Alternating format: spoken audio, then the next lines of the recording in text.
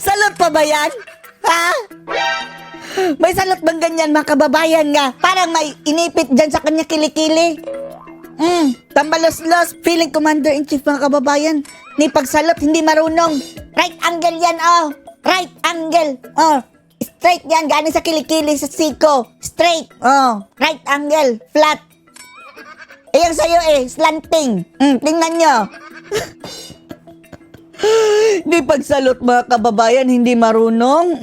Tapos nag-aambisyon mga kababayan na maging presidente. Feeling talaga commander-in-chief mga kababayan itong si Tamba dahil sa halip na si PBBM mga kababayan ang nagpunta, ay siya ang humarap sa mga sundalo mga kababayan at nag-promise na mga additional allowance o ganyan. Magbibigay daw siya ng mga benefits. Hello? Kailan pa yan naging trabaho na isang congressman? Kongresista nga yan ng Tacloban mga kababayan sa Leyte. Naging Speaker of the House lang dahil pinsan. Oh. Tapos gawin mga kababayan, para nang naging Commander-in-Chief. Isa lang ang ibig sabihin nito mga kababayan. Tamad ang Commander-in-Chief dahil iba ang nagpunta At bukod sa tamad ang Commander-in-Chief, epal, itong speaker. Feel talaga niya mga kababayan na, ako na ang presidente, feeling ko. Tapos, lousy kung salot mga kababayan. Kung ako yung sundalo niyan, sabihin ko, ayusin mo salot mo. Kadabit. Push up. 1 week. Siguro ni isang push up mga kababayan, hindi kaya nito si Tamba dahil sa laki ng katawan niya Feeling talaga mga kababayan, pakinggan natin itong pinagsasabi niya mga kababayan ha. Feeling talaga presidente. Indeed, it is always a great pleasure and honor and a privilege to do fellowship. Ang na-remember natin dito sa kanyang kamay mga kababayan, no? Itong ganyang shape ng kamay, Ay eto, etong kamay ng karning baboy mga kababayan. Tingnan nyo, parang photocopy nga talaga. Yung naka-curve ba? Naka-curve. See? Ganyan pa man mga kababayan, feeling presidente talaga itong si Tamba, With our gallant men and women in uniform. These occasions provide this representation with the opportunity to salute all of you for to salute. Yung salute mo, lousy. Pinaka-curve mga kababayan, pinaka-curve talaga. your hard work, sacrifices in the Dapat right angle yan sa kanya, ang kamay, lambitin. defense of our national sovereignty. Nasaan pala ang presidente na dapat siyang manguna dyan? Dahil siya ang commander-in-chief Wala kang ang authority dyan, Tamba, para respetuhin dyan, para sundin ang mga utos-utos mo dyan dahil hindi ikaw ang commander-in-chief. We in the House of Representatives are fully committed to supporting the peace-building efforts in the recently cleared areas. Consolidate these gains. I will advocate for more May infrastructure pasign-sign pa mga kababayan. and barangay development projects which are crucial for long-term Inspection ng stability. baril. Ano ang agenda mo dyan sa mga baril, Tamba? Dodoblehin natin ang daily subsistence allowance ninyo. Ang target natin, may taas natin to. Dapat ang presidente ang nagsasalita ng ganitong mga bagay mga kababayan. Dodoblehin natin ang mga allowance ninyo. Dahil siya ang commander-in-chief Sino ba tong si Tamba? May authority ba yan na magbigay ng ganyang mga allowances? Sarili ba niyang pera? Dapat ang presidente. Trabaho yan ng presidente Hanggang 350 pesos per day. Abutin niya ang halos 15 billion ang kailangan para maibigay ang allowance na ito para sa lahat ng ating sundalo at miyembro ng ating armed forces. Ginrab niya ang credit mga kababayan. Dahil, siguro, masama ang pakiramdam ni PBBM ayaw pumunta dyan. Kaya nga ang obserbasyon ng iba mga kababayan etong si PBBM pagdating sa mga military at saka dito sa mga pulis, mga event nila, mukhang walang pakialam. Hindi kagaya ni dating Pangulong Digong dati, di ba?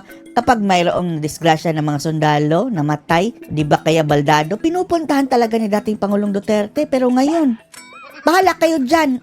Pati yung mga ganitong bagay mga kababayan, nagpadala ng payaso. Tambalos-los. So sa madaling salita, huwag kayong mag-alala. Huwag Sagot kayo po namin kayo sa House of Representatives. Sagot po namin kayo sa as if ang ganyang mga bagay mga kababayan, wala pong control dapat yan ang House of Representatives dahil ang nagsasuggest dyan mga kababayan, Ay, unang-una, presidente. Pangalawa, yung mga heads dyan, AFP mismo. Nagre-request sila dyan sa House of Representatives.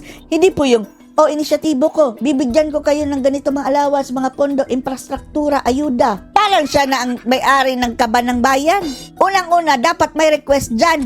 Pinapamukha nitong si ayuda mga kababayan, ni Tambayuda na sa kanya galing. Bilang inyong speaker, sisiguro Bluetooth speaker. ko na may lalagay ang pondo ito sa 2025 national budget na tinatalakay namin ngayon. Alam namin na Bagamat mga kababayan, mayroon silang committee dyan sa appropriation committee ha. Yang budget mga kababayan sa national budget ay pinopropose po yan ng national government. Hindi po yan dapat ang mga speaker, mga congressman ay mag-imbento-imbento na lang kung ano-anong nilalagay dyan. Galing yan sa national government sa iba't ibang ahensya. Yan ang nirequest sila. Dahil yan ang mga pangangailangan. Hindi po pwedeng kagaya nitong ginagawa ni Tamba na feeling talaga sa kanya.